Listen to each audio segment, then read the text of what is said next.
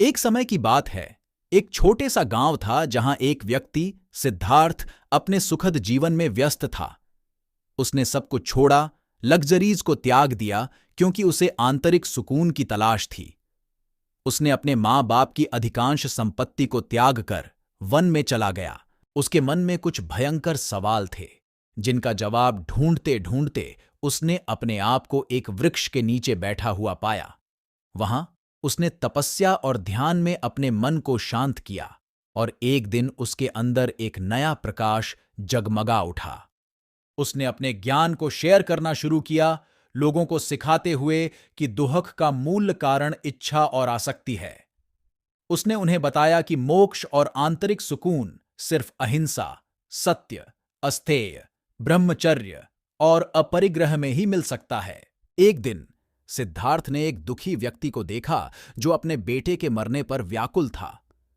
उसने से समझाया कि जीवन में दुख है, लेकिन उसका सामना करके हम अपने मन को शांत रख सकते हैं। उसने करुणा और दया के माध्यम से सिद्धार्थ का प्रवचन सुनकर लोग उसके शिष्य बन गए और उनका अनुयायी बनने के लिए तैयार हुए। एक महत्वपूर्ण क्षण में सिद्धार्थ ने अपने प्रवचन में एक सुंदर कथा भी बताई। उसने बताया कि एक समय का एक राजा था जो बहुत धर्मानुयायी था। एक दिन उसके दरबार में एक साधु आया और उसने कहा कि अगर राजा सच्चे धर्मानुयायी है तो वह अपने राज्य का एक दिन का भोजन के लिए सबसे दुखी व्यक्ति को खोज कर लाए। राजा ने अपने प्रशासन से कहा कि यह कार्यक्रम आयोजित करे। दुखी व्यक्तियों की खोज में एक गरीब ब्राह्मण मां बाप के साथ आया। उनका बेटा मरा हुआ था और वे दुखी थे। राजा ने उन्हें महाराजा के दरबार में बुलाया और उन्हें संवेदना से सुना।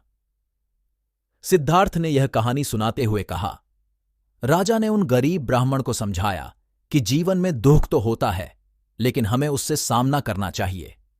उन्हें आशीर्वाद दिया और उनकी संवेदना को समझकर उनके मन को शांत किया।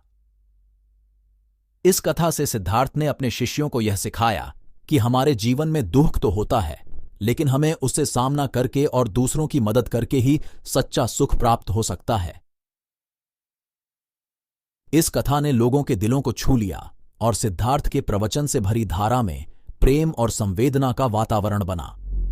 लोगों ने उसके उपदेशों को अपनाया और उनके जीवन में बदलाव लाया।